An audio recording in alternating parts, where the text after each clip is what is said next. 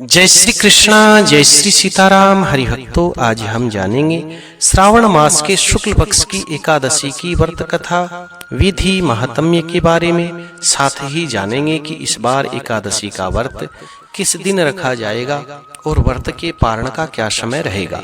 हरिभक्तों, श्रावण मास के शुक्ल पक्ष की एकादशी को पवित्रा एकादशी और पुत्रदा एकादशी कहा जाता है। इस दिन भगवान श्री लक्ष्मी नारायण का पूजन करना चाहिए। पूजन की विधि अन्य एकादशियों में पूजन के समान ही बताई गई है। भक्ति पूर्वक इस व्रत को करने से सभी कामनाओं की पूर्ति होती है और संतान की प्राप्ति की इच्छा रखने वाले को यह व्रत अवश्य करना चाहिए, क्योंकि इस व्रत को विधि पूर्वक करने से संतान की प्राप्ति होती है। प्रिय दर्शकों, इस बार एकादशी का व्रत 5 अगस्त मंगलवार के दिन रखा जाएगा। व्रत का पारण अगले दिन 6 दिसंबर बुधवार के दिन किया जाएगा। पारण का समय रहेगा 8:10 से लेकर के 11 बजे तक। पारण के अंदर गाय के दूध से बनी हुई खीर, जिसमें तुलसी डाल करके भगवान को भोग लगाएं और उसी से पारण करें तो भगवान बड़े प्रसन्न होते हैं और व्रत करने वाले की सारी इच्छाएं पूर्ण करते हैं। आइए कथा के बारे में जानते हैं। अर्जुन भगवान से पूछते हैं कि हे प्रभु, अब आप मुझे श्रावण मास के शुक्ल पक्ष की एकादशी की विधि महात्म्य बताइए। इस व्रत के अंदर कौन से देवता का पूजन करना चाहिए और व्रत करने से कौन से फल की प्राप्ति होती है। तब श्री भगवान कहते हैं कि हे पार्थ, श्रावण मास के शुक्ल पक्ष की एकादशी की कथा को सुनने मात्र से ही अनंत यज्ञ के फल की प्राप्ति होती है। अश्वमेध सहस्राणि वाजपेय शतानि च एकादशीम कथा श्रुत्वा श्रोता फलवाग भवेत्। अर्थात 100 अश्वमेध यज्ञ करने से 1000 वाजपेय यज्ञ करने से जिस फल की प्राप्ति होती है, वही फल इस एकादशी की कथा सुनने मात्र से प्राप्त हो जाता है। हे अर्जुन, इस एकादशी की कथा इस प्रकार से है। द्वापर युग के आरंभ में महिष्मती नाम की एक नगरी थी। उस नगरी में महाजित नाम का एक राजा राज्य किया करता था। वह राजा पुत्रहीन था, इसलिए वह सदैव दुखी रहता था।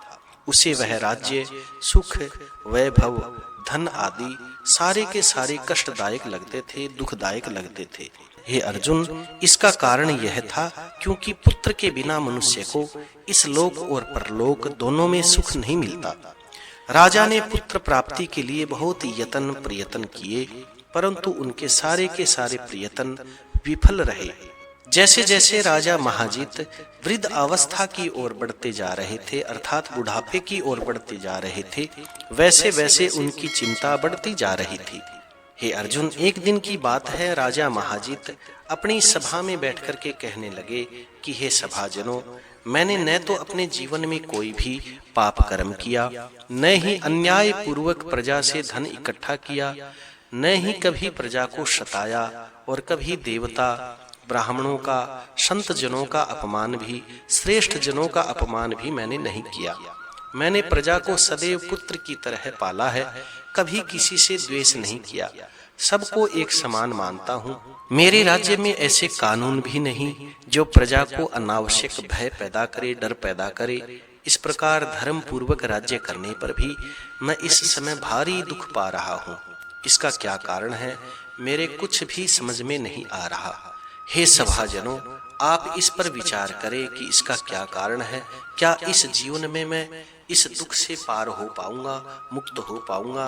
क्या मेरे कोई संतान होगी? राजा महाजित के इस प्रकार के दुख भरे वचनों को सुन करके मंत्री आदि गण वन के अंदर चले जाते हैं, ताकि वहां जाकर के किसी ऋषि मुनि को राजा की व्यथा बता करके कोई समाधान निकाल सके, समाधान पा सके। ऋषि मुनियों के दर्शन करते करते उन्होंने वहां पर वयोवृद्ध और धर्म के ज्ञाता महर्षि लोमस जी को देखा। सभी सभाजनों ने जाकर के महर्षि लोमस जी को यथा योग्य प्रणाम किया और उनके सामने जाकर के बैठ गए। महर्षि लोमस जी के दर्शन से सबको बड़ी प्रसन्नता हुई। वे सब उनसे निवेदन करके कहने लगे कि हे महर्षि, हे देव, हमारे अहोभाग्य है कि हमें आपके दर्शनों का सौभाग्य प्राप्त हुआ। मंत्री गणों की बात सुनकर के लोमस ऋषि कहने लगे कि हे मंत्री गणों, आप लोगों की नम्रता, सद्व्यवहार से मैं बड़ा प्रसन्न हूँ। आप मुझे अपने आने का कारण बताइए, मैं आपके कार्य को अपनी शक्ति के अनुसार अवश्य करूँगा, क्योंकि हमारा जीवन ही परोपकार के लिए बना है। लोमस ऋषि के ऐसे अपनत्व से भरे हुए वचनों को सुनकर के मंत्री आदिगण कहने लगे कि हे महर्षि, आप हमारी बात जानने में ब्रह्मा जी से भी ज्यादा समर्थवान है, अतः आप हमारे संदेह को दूर करिए। महिष्मती नाम की नगरी के हमारे महाराज महाजीत बड़े ही धर्मात्मा भाव के और प्रजावत्सल है। हमारे महाराज प्रजा का पुत्र की तरह धर्म के अनुसार पालन पोषण करते हैं, परंतु फिर भी वे पुत्रहीन हैं। इससे हमारे महाराज अत्यंत दुखी रहते हैं। हम लोग उनकी प्रजा है, हम भी उनके दुख से दुखी हो रहे हैं, क्योंकि प्रजा का यह कर्तव्य है कि राजा के दुख में दुख और सुख में सुख माने। हमें उनके पुत्रहीन होने का अभी तक कोई भी कारण पता नहीं चला, इससे हम आपके पास आए हैं। अब आपके दर्शन करके हमें पूर्ण विश्वास हो गया कि हमारा कष्ट अवश्य ही दूर हो जाएगा, क्योंकि महान पुरुषों के दर्शन मात्र से ही प्रत्येक कार्य की सिद्धि हो जाती है। अतः हे महर्षि, अब आप हमें बताने का कष्ट करें कि कौन सी विधि से हमारे महाराज पुत्रवान हो सकते हैं। हे महर्षि, यह आपका हम पर व हमारे राज्य की प्रजा पर बड़ा ही उपकार होगा। मंत्रीगणों की ऐसी करुण प्रार्थना सुनकर के लोमस ऋषि नेत्र बंद करके राजा के पूर्व जन्मों पर विचार करने लगे।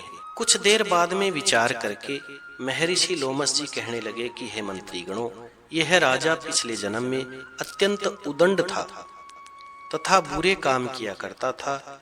उस जन्म में यह एक गांव से दूसरे गांव में घुमा करता था। हे मंत्रीगणों, एक बार की बात है, ज्येष्ठ मास के शुक्ल पक्ष की निर्जला एकादशी का दिन था और यह राजा पूर्व जन्म में 2 दिन से भूखा था। दोपहर के समय एक जलाशय पर पानी पीने के लिए गया। उस स्थान पर उसी समय एक तत्काल ब्याई हुई गाय जल पी रही थी।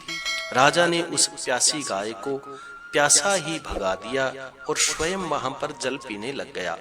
हे मंत्रीगणों, इसीलिए यह राजा यह दुख भोग रहा है। एकादशी के दिन भूखा रहने का फल तो यह हुआ कि यह इस जन्म में राजा बना और प्यासी गाय को जलाशय से प्यासा भगाने के कारण यह पुत्रहीन है। महर्षि की बात सुनकर के सभासद कहने लगे कि हे महर्षि, शास्त्रों में ऐसा लिखा है कि पुण्य से पाप नष्ट हो जाते हैं। कृपा करके हमें कोई ऐसा उपाय बताइए जिससे हमारे महाराज के पहले जन्म के सारे पाप नष्ट हो जाए और उन्हें पुत्र की प्राप्ति हो। सभासदों के याचना भरे शब्दों को सुनकर के लोमस ऋषि कहने लगे कि हे भद्रजनों, यदि तुम सब मिलकर के श्रावण मास के शुक्ल पक्ष की पुत्रदा एकादशी का व्रत करो, रात्रि को जागरण करो, भगवान श्री नारायण का पूजन करो, गौ की सेवा करो, गौ दान करो और इसका फल राजा को प्रदान करो, तो तुम्हारे राजा के यहाँ अवश्य ही पुत्र होगा। राजा के समस्त दुख नष्ट हो जाएंगे। श्री भगवान कहते हैं कि हे अर्जुन, लोमस ऋषि से यह उपाय सुनकर के सभी मंत्री आदिगण महर्षि को कोटि कोटि धन्यवाद देते हैं। उनका आशीर्वाद लेकर के अपने राज्य में लौट आते हैं। उसके बाद में लोमस ऋषि की आज्ञा के अनुसार श्रावण मास के शुक्ल पक्ष की पुत्रदा एकादशी को, पवित्रा एकादशी को विधि पूर्वक व्रत करते हैं, गौ की सेवा करते हैं, गौदान करते हैं। द्वादशी के दिन गाय के दूध से बनी हुई खीर में तुलसी डाल करके भगवान को भोग लगाते हैं, व्रत का पारण करते हैं और उस व्रत का फल राजा को देते हैं। परिणाम यह हुआ कि उस व्रत के पुण्य के प्रभाव से रानी ने गर्भ धारण किया। 9 महीने पश्चात उनके यहाँ एक अत्यंत तेजस्वी पुत्र रतन उत्पन्न हुआ। श्री भगवान कहते हैं कि हे अर्जुन, इसीलिए इस एकादशी का नाम पुत्रदा एकादशी पड़ा। पुत्र की इच्छा रखने वाले मनुष्य को यह व्रत विधि पूर्वक श्रावण मास के शुक्ल पक्ष में अवश्य ही करना चाहिए। इस व्रत के प्रभाव से इस लोक में सुख और परलोक में स्वर्ग की प्राप्ति होती है। कथा का सार जानने से पहले यदि आप इस चैनल पर नए हैं तो चैनल को सब्सक्राइब करिए, ताकि और आने वाली व्रत कथाएं, विधि, महात्म्य आप लोगों को प्राप्त होता रहे। इस कथा का सार यह है कि मनुष्य पाप करते समय यह नहीं सोचता कि मैं क्या कर रहा हूँ, किंतु हमें शास्त्रों से पता चलता है, विदित होता है कि मनुष्य का छोटा सा किया हुआ पाप भी उसे महान कष्ट भोगने पर विवश कर देता है।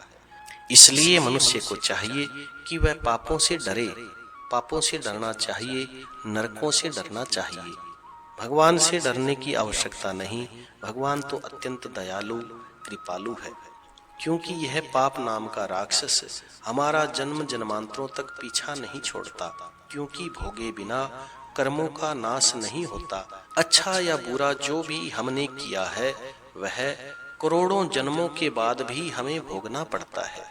इसीलिए व्यक्ति को चाहिए कि वह सत्य व्रत का पालन करते हुए ईश्वर पर पूरी निष्ठा रखे और सदैव यह बात याद रखे कि किसी के दिल को दुखाने से बड़ा इस दुनिया में कोई भी पाप नहीं। पर हित सरिस धर्म नहीं भाई, पर पीड़ा सम नहीं अधमाई। अर्थात दूसरे का हित करने के समान इस संसार में कोई भी पुण्य नहीं और दूसरे को दुख देने के समान इस संसार में कोई भी पाप नहीं। इसलिए दूसरे को हो सके तो हमारे द्वारा सुख मिले ऐसा प्रयत्न करना चाहिए, दुख मिले ऐसा प्रयत्न करने से हमें नरक भोगने पड़ते हैं और जन्म जन्मांतरों तक उसका कष्ट हमें भोगना पड़ता है और फिर हम भगवान को दोष देते हैं। होता दुख हमारे कर्मों के कारण ही है। जय श्री कृष्णा, जय श्री सीताराम। कथा सुनकर के कथा को लाइक करें, शेयर करें और कमेंट में मंगलमय नाम भगवान का अवश्य लिखें। जो लोग इस चैनल पर नए हैं वो चैनल को सब्सक्राइब करें ताकि और आने वाली व्रत कथाएं, विधि महात्म्य आपको प्राप्त होते रहें। जय श्री कृष्णा, जय श्री सीताराम।